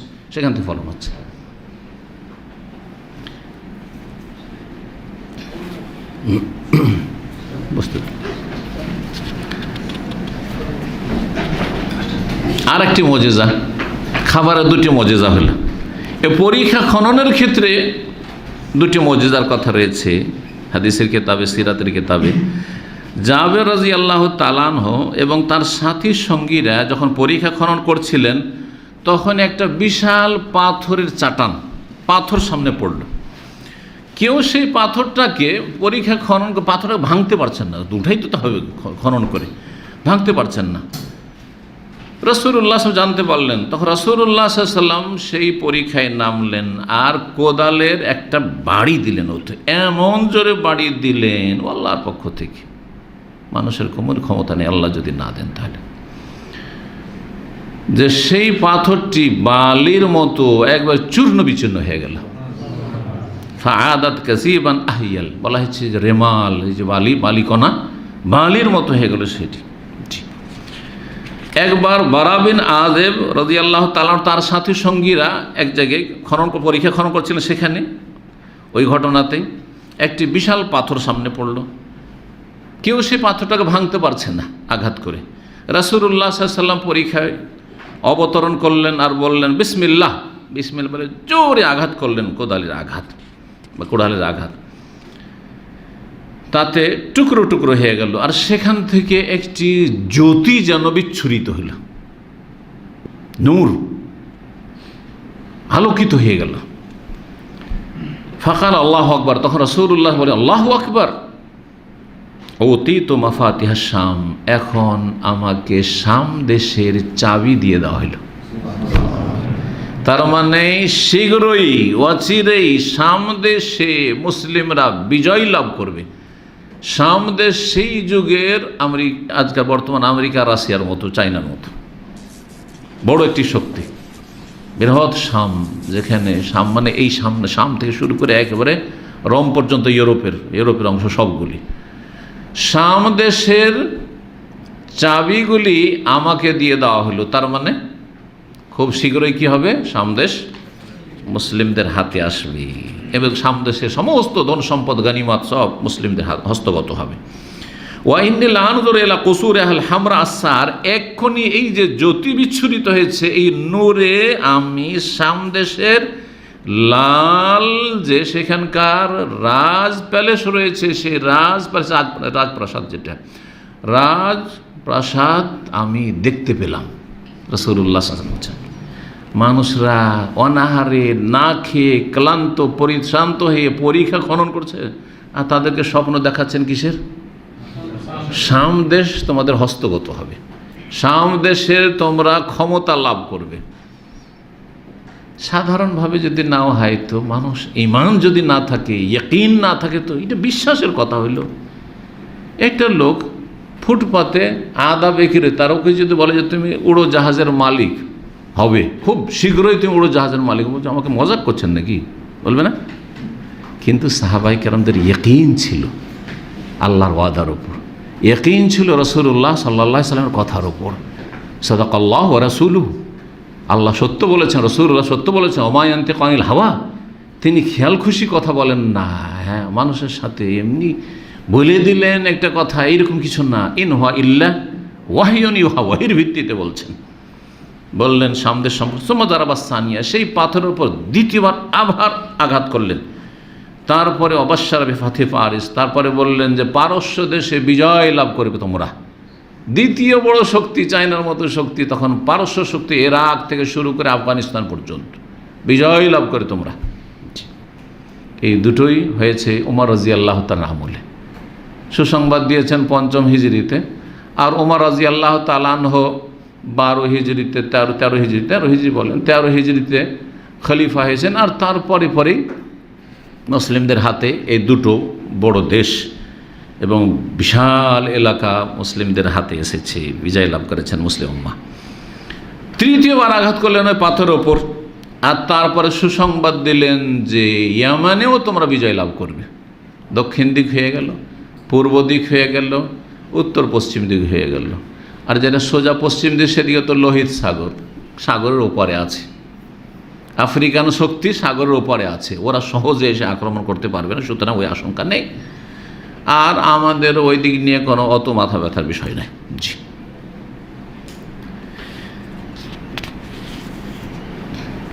এই 3 বারের আঘাতে সে পাথরটি চূর্ণ বিচূর্ণ হয়ে গেল। এইভাবে পরীক্ষা খনন করছিলেন। পরীক্ষা খনন সম্পন্ন হইল, আর তারপরে পরে কোরাইশরা যে বিশাল সেনাদল তৈরি করেছিল, যাদের সংখ্যা ছিল 4000 নিয়ে, মক্কা থেকে 4000, মক্কার আশেপাশে কিছু লোক কাফের, তাদেরকে এনে 4000 নিয়ে হাজির হলো। তাদের সাথে 300 ঘোড়া ছিল, 1000 উট ছিল। তাদের নেতৃত্ব দিচ্ছিলেন আবু সুফিয়ান রাদিয়াল্লাহু তাআলা, পরে ইসলাম গ্রহণ করেছেন রাদিয়াল্লাহু আনহু। এবং তাদের পতাকা বাহক ছিল উসমান বিন তালহা বিন আবু তালহা আল আবদারি। তারা এসে অবতরণ করলো। জোরফ এলাকা মদিনায় রয়েছে একটি, কেউ দেখেছেন? মদিনায় বসবাসকারী বা মদিনায় থেকেছেন এরকম লোক নেই। জোরফে আমরা দাওয়াত খেয়ে এলাম, মদিনার আমাদের এক আত্মীয় ছাত্রর বাসায় এই কিছুদিন আগে যে গিয়েছিলাম। জোরফ এলাকা হচ্ছে আপনার মদিনা ইউনিভার্সিটি থেকে, বা কিবলাতেন, আপনার মদিনা ইউনিভার্সিটি না, কিবলাতেন তো দেখেছেন প্রায় লোকে, তাই না? যেখানে কিবলার পরিবর্তন, কিবলাতেন থেকে আরও এগিয়ে চলে যেতে হবে কয়েক কিলোমিটার তারপরে। তো এই জোরফ এলাকার ওই দিকে থেকে এসে অবতরণ করলো এই মক্কার এই সেনাদল পশ্চিম দিকে, পশ্চিম উত্তর দিকে।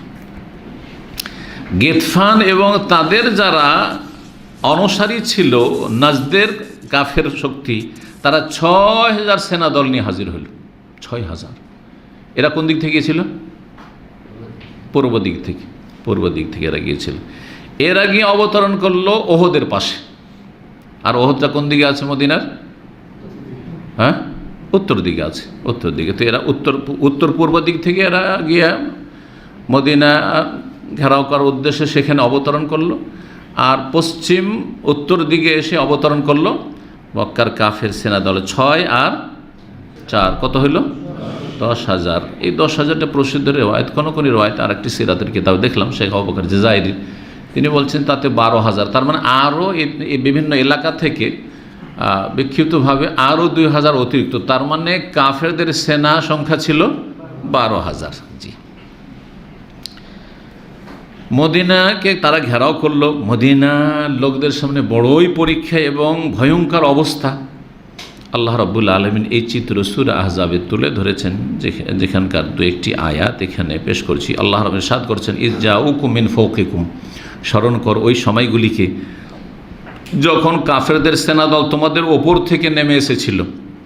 অমিন আসফালা মিনকুম, তোমাদের নিম্ন দেশ থেকে, নিচের দিক থেকে এসেছিল। ওয়াই জাগাতিল আবসারো, এবং তোমরা যখন হতভম্ব হয়ে গেছিলে, মানুষ যখন হতভম্ব হয়ে চোখ বড় বড় করে দেয়, জাগাতিল আবসার, তোমাদের চক্ষু স্থির হয়ে গেছিল। মানুষ যখন ভয় তখন আর চোখের পলক মারে না, জাগাতিল আবসার। ও বালাগাতিল কলুবুল হানাজের, এবং তোমাদের এমন অবস্থা হয়েছিল, ভীত সন্ত্রস্ত হয়েছিল যে তোমাদের যে আত্মাগুলি, প্রাণ তোমাদের এই কণ্ঠনালীতে এখানে পৌঁছে গেছে, মানে দম বেরিয়ে যাবে, শেষ হয়ে যাবে, মরে যাবে ভয়, এইরকম অবস্থা হয়েছিল। কীভাবে আল্লাহ রাব্বুল এই চিত্রটা তুলে ধরেছেন। তাও কাদের অবস্থা এটা? সাহাবায়ে কেরাম, মুহাজিরিন আনসার, যারা জান্নাতের সুসংবাদ প্রাপ্ত, তাদেরই অবস্থা যাই কি হবে, কি করে আমরা রক্ষা করব মদিনাকে, কি করে আমরা আমাদের মহিলাদের ইজ্জত আবরু রক্ষা করব, কি করে আমাদের শিশুদেরকে, ছেলে মেয়েদেরকে রক্ষা করব, এই চিন্তা। আর কি করে ইসলামের হেফাজত করব আমরা, নিজের জান নিয়ে, জান তো কোরবানি করার জন্য প্রস্তুত তারা। এই অবস্থা তৈরি হয়েছিল। ওয়াতাজুন্নুনা বিল্লাহি জুনুন, এবং তোমরা আল্লাহ সম্পর্কে বিভিন্ন রকমের চিন্তায় নিমজ্জিত হয়েছিলে। কারণ সেই মুনাফিক লোকেরা ছিল, তারা বলতো, ও কোথায় আমরা আজকে মদিনায় আমরা বাঁচতে পারবো কি না। আর মুহাম্মদ সাল্লাল্লাহু আলাইহি সাল্লাম দেখুন না আমাদেরকে কি বলছে, আকাশের স্বপ্ন দেখাচ্ছে যে তোমাদের হাতে আসবে শাম দেশ, রোম, তোমাদের হাতে আসবে পারস্য দেশ, তোমাদের হাতে আসবে ইয়ামান, এগুলো বলছে। কি অবস্থা আমাদের, মুনাফিকরা এরকম ক্রিটিসাইজ করতো। আর অন্যরা বলতে কি যে হবে, কি যে হবে, হাই হাই কি যে হবে, কেউ ছিল এরকম। কিন্তু মুমিনরা না, মুমিনদের অবস্থা আলাদা ছিল। আল্লাহ বলছেন, ওয়াবতুলিয়া হুনালিকা ওয়াবতুলিয়াল মুমিনুন, সেই সময় মুমিনদের বড়ই পরীক্ষা করা হয়েছিল, বালা পরীক্ষা, ঈমানের পরীক্ষা, এখানে ইয়াকিনের পরীক্ষা, কার কতটা আল্লাহর ওয়াদার উপরে ইয়াকিন রয়েছে। অজুলজিলু জিলজালান শাদীদা, ভয়ঙ্করভাবে তারা প্রকম্পিত হয়েছিল, থরথর করে ভিতর কাঁপছিল, জিলজালান শাদীদা। কিন্তু মুমিনদেরকে আল্লাহ রাব্বুল আলামিন সুদৃঢ় রেখেছিলেন, প্রতিষ্ঠিত রেখেছিলেন। যেমন আল্লাহ রাব্বুল ইরশাদ করছেন, যে আয়াতটি বললাম যে ভয়ঙ্কর অবস্থা সম্পর্কে আল্লাহ চিত্র তুলে ধরে সূরা আহজাবের আয়াত নম্বর 10, যে 17টি আয়াত নাযিল হয়েছে কি সম্পর্কে বললাম, সূরা আহজাবের এই খন্দকের যুদ্ধ সম্পর্কে, তার একটি আয়াত, আয়াত নম্বর 10-এ এই কথাগুলি আল্লাহ বলেছেন। আর মুমিনদের অবস্থা আল্লাহ এখানে তুলে ধরে, ওয়ালাম্মারা আল মুমিনুন আল আহজাব, মুমিনরা যখন সমস্ত কাফের সেনা দলকে দেখলো, যে আরে এই মক্কা থেকে এসছে, মক্কার আনাজ কানাজ থেকে এসছে, পূর্ব দিক থেকে নাজদের এলাকা থেকে এসেছে, আবার বিভিন্ন গোত্র বংশ এসেছে, ওই দিকে ইহুদিরাও এসেছে, খাইবার থেকে, চারিদিক থেকে সব এসছে। ওয়ালাম্মারা আল মুমিনুন আল আহজাব, মুমিনরা যখন বিভিন্ন কাফের গোত্রগুলিকে, বংশগুলিকে বা দলগুলিকে দেখলেন, কালু, তখন তারা বললেন, হাদা মা ওয়াদানাল্লাহু ওয়া রাসূলুহু, আল্লাহ এগুলির তো আমাদের সাথে ওয়াদা করেছেন যে এদের সাথে আমরা মুখামুখি হব, আর ভালো করে ওদেরকে নির্মূল করব, শিক্ষা দেব। জি, হাদা মা ওয়াদানাল্লাহু ওয়া রাসূলুহু ওয়া সাদাকাল্লাহু ওয়া রাসূলুহু, আল্লাহ এবং তার রাসূল সাল্লাল্লাহু আলাইহি ওয়াসাল্লাম আমাদেরকে সত্য কথাই বলেছেন যে তোমরা বিজয়ী হবে, ওয়ান্তুমুল আলাউনা, তোমরাই ওপরে থাকবে, নেতৃত্ব দেবে, ইন কুনতুম মুমিনিন, যদি তোমরা সত্যি মুমিন হইতে পারো। যে ওয়াদাগুলি রয়েছে, কাতাবাল্লাহু, আল্লাহ ফরজ করেছেন নিজের ওপর, লা আগলিবান্না আনা ওয়া রাসূলি, অবশ্যই অবশ্যই আমি এবং আমার রাসূল বিজয়ী হবে, আল্লাহ বলছেন। এগুলি ওয়াদা কোরআনে কারিমে বিভিন্ন আয়াতে রয়েছে। ইয়া আইয়ুহান নবী, হে নবী, হাসবুক আল্লাহ, তোমার জন্য আল্লাহ যথেষ্ট, ওয়া মান ইত্তাবাকা মিনাল মুমিনিন, এবং তোমার অনুসারী, যারা তোমার অনুসরণকারী মুমিন, তারা তোমার পাশে দাঁড়ানোর জন্য যথেষ্ট, বা তাদের জন্য আল্লাহ যথেষ্ট। চিন্তা করেন, আল্লাহ যার জন্য যথেষ্ট, তোমার কিসের চিন্তা? এই কথাগুলি কারা বলেছিলেন? মুমিন ঈমানদাররা বলেছিলেন। ওমা যাদাহুম ইল্লা ঈমানা ওয়া তাসলিমা, যখন এই ভয়ঙ্কর অবস্থা তখন তাদের ঈমান এবং আত্মসমর্পণ আরও বৃদ্ধি পেয়েছিল। সূরা আহজাবের আয়াত নম্বর 22। মুনাফিকরা পক্ষান্তরে মুনাফিকরা কি বলেছিল? এবং যাদের অন্তরে রোগ রয়েছে, কিসের রোগ? কুফরির রোগ, কপটতার রোগ, ওই মুনাফিকদের অনুসারী যারা, তারা বলেছিল মা ওয়াদান আল্লাহ ওয়া রাসূলুল্লাহ গুরুরা, আল্লাহ এবং রসুল আমাদের সাথে ধোঁকাবাজি করেছে। গরুর মানে ধোঁকা। এই যে ওয়াদাগুলি, যত প্রতিশ্রুতি, তোমরা এই হবে সেই হবে, এই হবে সে, এগুলি সব ধোঁকা ছিল, প্রতারণা ছিল। আমাদের সাথে প্রতারণা করা হয়েছে, আমাদেরকে মেরে দেওয়ার জন্য এগুলো করা হয়েছে, আমাদেরকে ফাঁসিয়ে দেওয়া হয়েছে। আউযুবিল্লাহ। এগুলো হচ্ছে মুনাফিকদের চরিত্র। সূরা আহজাব আয়াত নম্বর 12।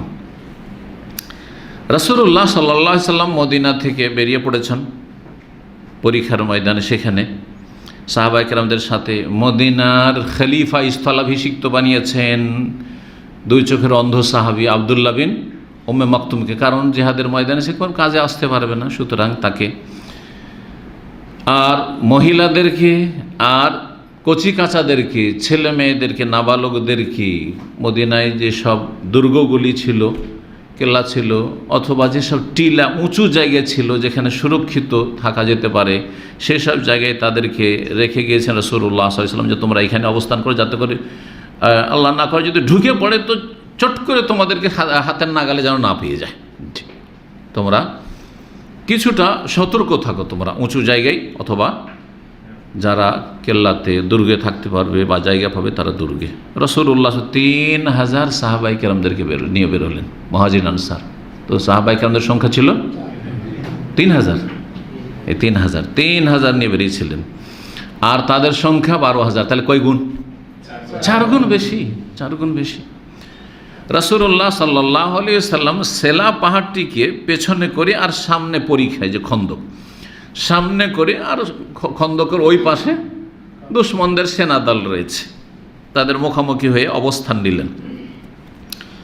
মুশরিকরা প্রস্তুতি নিচ্ছে আক্রমণ করার জন্য, যে এখন মদিনায় তারা ঢুকবে।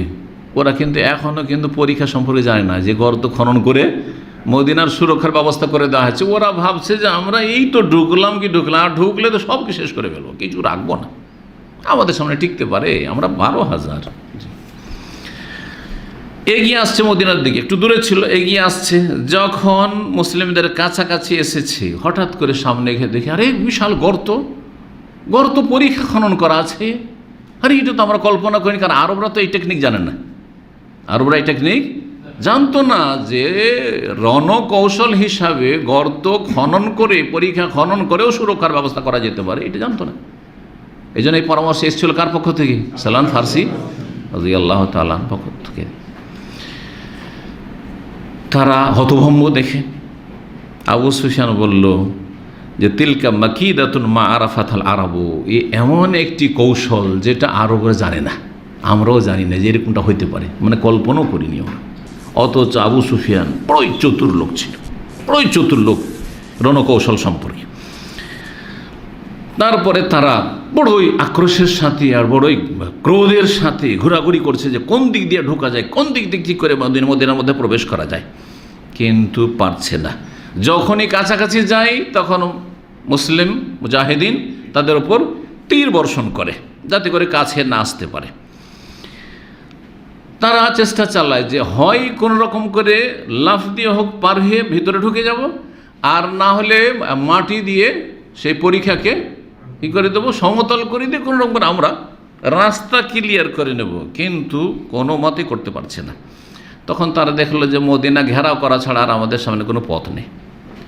মদিনা তখন অবরোধ করলো তারা, কিন্তু এর জন্য তারা প্রস্তুত ছিল না মানসিক দিক থেকে, যে আমাদেরকে মদিনা ঘেরাও করে এত সময় লাগবে আর থাকতে হবে এখানে ঠান্ডার সময়। না, ও ভেবেছিল যে একদিনের ব্যাপার, ঢুকবো আর শেষ করে দিয়ে সাফ করে দিয়ে চলে আসবো। দিনের বেলা তারা বেরোতো আর সেই পরীক্ষা পার করে ভিতরে ঢোকার চেষ্টা করতো, কিন্তু মুসলিমরা পাহারা দিয়ে আছেন পরীক্ষার সামনে, আর যখনই তারা কাছে আসে তখনই তাদের তীর বর্ষণ করেন। এইরকম বিক্ষিপ্ত লড়াই এভাবে চলতে থাকে, মানে ওরা চেষ্টা করে ঢোকার আর এই দিক থেকে তাদের উপর তীর বর্ষানো হয়, আর তারাও মাঝে মধ্যে তীর বর্ষায়। মুশরিকরা বারবার চেষ্টা করলো, সারাদিন চেষ্টা করলো, কিন্তু পারল না। সাহাবায়ে কেরামগণ ডিফেন্স করে যাচ্ছেন সারাদিন, এতে এমন ব্যস্ত যে একদিন আসরের সালাত পড়ার সুযোগই পেলেন না। একদিনের ঘটনা, সেদিন জোহরটা পড়েছিলেন, একটি রওয়ায়াত প্রমাণ করে, কিন্তু আসর পড়ার সুযোগ পেলেন না। কোনো সুযোগ পাওয়া যাচ্ছে না, কারণ এক মিনিট থামছে না। 1 মিনিটের জন্য সালাত শুরু করলে তখন পর্যন্ত সালাতুল খৌফের কিন্তু তখন বিধান নাযিল হয়নি যে একদল সালাত পড়বে আর একদল পাহারা দেবে, যে সালাতুল খৌফের বিধান 6ষ্ঠ হিজরি বা 7ম হিজরিতে এসছে, কিন্তু তখন পর্যন্ত আসেনি। সুতরাং জানা ছিল না বিষয়টি। এই ফ্রি হয়ে যাব, হয়তো একটু সময় পাবো, বিরতি পাবো, তখন আসরের সালাত আদায় করে এই করতে করতে সূর্য ডুবেই গেল। রাসূলুল্লাহ সাল্লাল্লাহু আলাইহি ওয়াসাল্লাম আসরের সালাত পড়লেন, তারপর মাগরিব পড়লেন, তারপর এশা পড়লেন। আর একদিন হয়েছে জোহরও পড়তে পারেনি। আরেকটা রিওয়ায়াত, জোহর, আসর, মাগরিব, এশা 4 ওয়াক্ত সালাত একসাথে পড়েছে, অন্ধকার হওয়া পর্যন্ত। এই পরীক্ষার সামনে থেকে সরা যাচ্ছে না, সালাত শুরু করা যাচ্ছে না। বদদুয়া দিয়েছিলেন এই সময়গুলিতে রাসূলুল্লাহ সাল্লাল্লাহু আলাইহি ওয়াসাল্লাম, সহিহ বুখারীতে হাদিস রয়েছে, এই কাফেরদেরকে মালা আল্লাহু আলাইহিম বুয়ুতাহুম ওয়া কুবুরাহুম নারা, আল্লাহ যেন তাদের বাড়ি এবং কবরগুলিকে আগুন দিয়ে ভর্তি করে দেন। শাগালুনা আনিস সালাতে ওয়াস সালাতিল উস্তা, আমাদেরকে সালাতগুলি, ফরজ সালাত থেকে, বিশেষভাবে আসরের সালাত থেকে আমাদেরকে ব্যতিব্যস্ত করে দিয়েছে। আমাদেরকে এই সালাত আদায় করার সময় সুযোগ দেয়নি। হাত্তা গারবাতি শামসু, সূর্য ডুবে গেল। জি, বদদুয়া দিয়েছে রাসূলুল্লাহ। তাহলে বোঝা গেল জালেমদেরকে, সীমালঙ্ঘনকারীদেরকে বদদুয়া দেওয়া শরীয়তসম্মত, প্রয়োজনে শরীয়তসম্মত, জায়েজ আপনার জন্য। কখনো জরুরি হইতে পারে, যেখানে দেখবে কোনো উপায় নেই, বদদুয়া করেন কাফেরের জন্য। কোনোতে নাজিলা, মুমিনদের জন্য নেক দোয়া এবং কাফেরের জন্য বদদুয়া, অভিশাপ, লানতের দোয়া, ধ্বংসের দোয়া। এতে আরেকটা যে বিষয় বোঝা যায় যে সালাত মুসলিমের জন্য কত গুরুত্বপূর্ণ, এবং সালাত শুধু গুরুত্বপূর্ণ, সালাতের ওয়াক্ত মেনটেন করা কত গুরুত্বপূর্ণ। যে রাসূলুল্লাহ সাল্লাল্লাহু আলাইহি ওয়াসাল্লাম ওয়াক্তে সালাত, আসর সালাত আদায় করতে পারলেন না, সূর্য একদিন সূর্য ডুবে গেল, তার জন্য এত পেরেশান, এত বিচলিত হলেন যে বদদুয়া দিয়েছেন কাফেরদেরকে, যে আল্লাহ তাদেরকে ধ্বংস করুন, তাদের বাড়ি ঘর কবর আগুন দিয়ে ভর্তি করে দিক আল্লাহ রাব্বুল আলামিন, কারণ আমাদেরকে আসরের সালাত পড়তে দেয়নি তারা। এখানে জাল কথা বা এই ধরনের কিস্সা কাহিনীতে রয়েছে জাল কথা, যে সূর্যকে আবার কি করা হইল, ফিরিয়ে দেওয়া হইল, ঘুরিয়ে দেওয়া হইল, আর সূর্য আবার উঠে গেল, আর তারপরে ওয়াক্ত ফিরে আসলো আসলে, আর তারপর সালাত আদায় করলেন। জাল কথা, দাদা বোঝা গেছে। আর শিরকি কুফরি কথা নবী সাল্লাল্লাহু আলাইহি ওয়াসাল্লামের ক্ষেত্রে বলতে পারে যে মুজিজা, কিন্তু তারপর এটা সহি নয়। কিন্তু আলী রাদিয়াল্লাহু তাআলা সম্পর্কে যদি বয়ান করে শিয়ারা, এবং এই শিয়াদের অনুসারী হচ্ছে আমাদের দেশের বিদাতিরা, হ্যাঁ, যে আঙ্গুলের ইশারাতে সূর্যকে একবার উঠিয়ে দিলেন, ডুবা সূর্যকে, এগুলো হচ্ছে শিরকি কুফরি কথা, জি, এগুলি আমাদের দেশের ধর্মীয় পুস্তকে পাবেন, সেই জন্য সতর্ক করছি।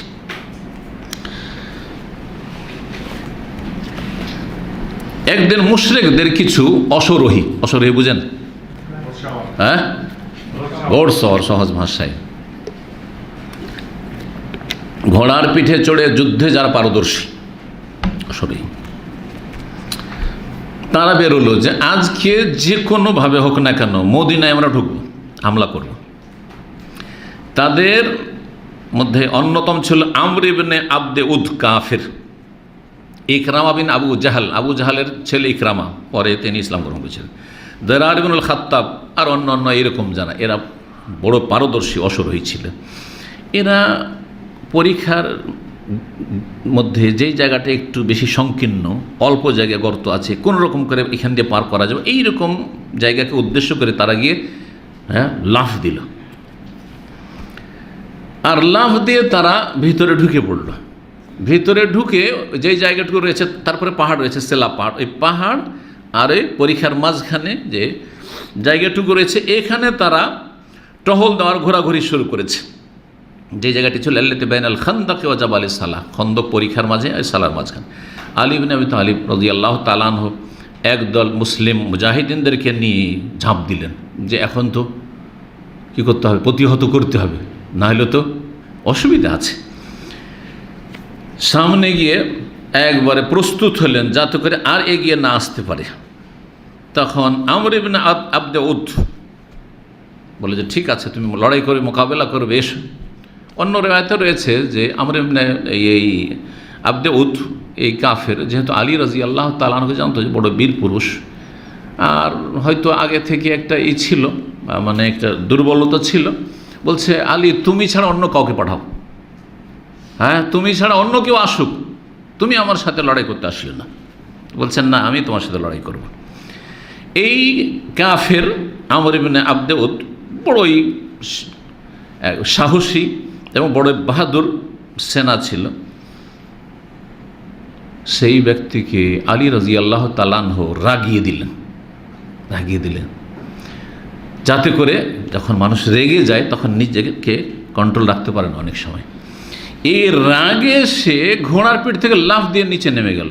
কাজ হয়েছে, ঘোড়ার পিঠ থেকে লাফ দিয়ে নিচে নেমে গেল লড়াই করার জন্য। এখন তারপরে তখন সরাসরি মোকাবেলা শুরু হলো।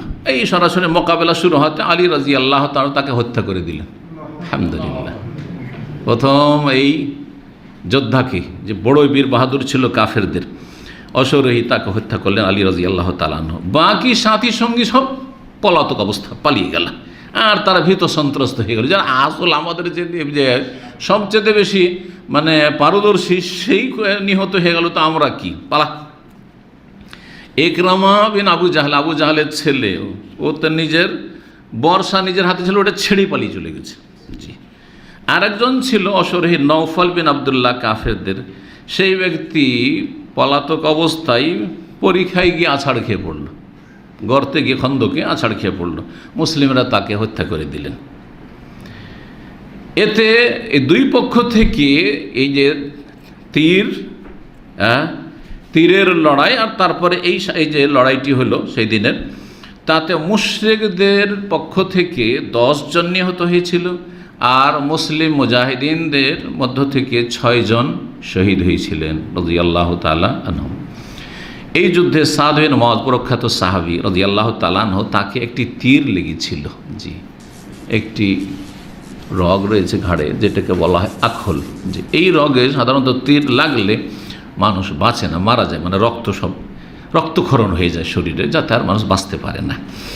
এই তীর লেগেছিল, কিন্তু তিনি আল্লাহ রাব্বুল আলামিনের কাছে দোয়া করেছিলেন যে ইন কানা কাদ বাকিয়া মিন হারবি কুরাইশ শাই, আল্লাহ যদি কুরাইশদের সাথে আগামীতে আরও যুদ্ধের সম্ভাবনা থাকে, যে আরও আগামীতে লড়াই করতে হবে, তাহলে আমাকে তুমি বাঁচিয়ে রাখো। যতক্ষণ কুরাইশরা ঠান্ডা না হয়েছে, নির্মূল নয়, ততক্ষণ আমাকে তুমি বাঁচিয়ে রাখো। আর যদি কুরাইশদের সাথে আর লড়াইয়ের কোনো সম্ভাবনা না থাকে, তো আল্লাহ তুমি আমাকে নিয়ে নাও, আমি শহীদ হতে চাই। আর একটি দোয়া করেছিলেন যে আল্লাহ ওয়ালা তুমিতনি হাত্তা তাকাররা আইনি মিন কোরাইজা, আল্লাহ আমাকে অতক্ষণ পর্যন্ত মরণ দিও না যতক্ষণ পর্যন্ত এই কোরাইজা গোত্রের ইহুদিরা, এই যে মদিনায় আছে, তারা যে গাদ্দারি করেছে রাসূলুল্লাহ সাল্লাল্লাহু আলাইহি ওয়াসাল্লাম আমাদের সাথে, মুসলিমদের সাথে, আর ভিতর গিয়ে এই কাফের সেনাদল বাইরে থেকে যে অবরোধ করে আছে মদিনায়, তাদের সাথে মিলে গেছে, এদেরকে নির্মূল না করা হয়, এদেরকে শাস্তি দিয়ে চক্ষু শীতল না কর, ততক্ষণ পর্যন্ত আমার মরণ দিও না।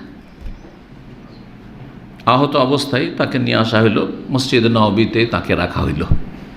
আহত ব্যক্তিকে মসজিদে রাখা জায়েজ তাহলে, এবং রক্ত তার শরীর থেকে প্রবাহিত হইতো, মসজিদে রক্ত প্রবাহিত হতো, তাহলে বলছে মসজিদও যদি প্রয়োজনে রক্ত প্রবাহিত হয় তো জায়েজ রয়েছে। জি, রাসূলুল্লাহ সাল্লাল্লাহু আলাইহি সাল্লাম কেন মসজিদে রেখেছিলেন সেই হাদিস রয়েছে, যাতে করে সাহাবায়ে কেরামরা তার বিমার পুরুষি বা পরিচর্যা সহজে করতে পারেন। কারণ বাড়ি গিয়ে সবাই গিয়ে দেখাশোনা করা খুব জটিল, কিন্তু মসজিদে থাকলে 5 ওয়াক্ত সালাতে আসলেন, সাহাবায়ে কেরামগণ দোয়া দিলেন এবং দেখা সাক্ষাৎ করলেন, খোঁজ খবর নিলেন। এই জন্য কথা লম্বা হয়ে গেছে, আজকে একটা অংশ আলোচনা করলাম। শুরুতে বলেছিলাম কিনা যে খন্দকের যুদ্ধের আলোচনা একদিনে শেষ করা যাবে না, আগামী সপ্তাহে ইনশাআল্লাহ তাআলা খন্দকের যুদ্ধের বাকি অংশটুকু আলোচনা করে শেষ করব। আল্লাহ যেন আমাদের তৌফিক দান করেন। ওয়া সাল্লাল্লাহু ওয়া সাল্লামা আলা নবিয়িনা মুহাম্মদ ওয়া আলা আলিহি ওয়া সাহবিহি আজমাইন।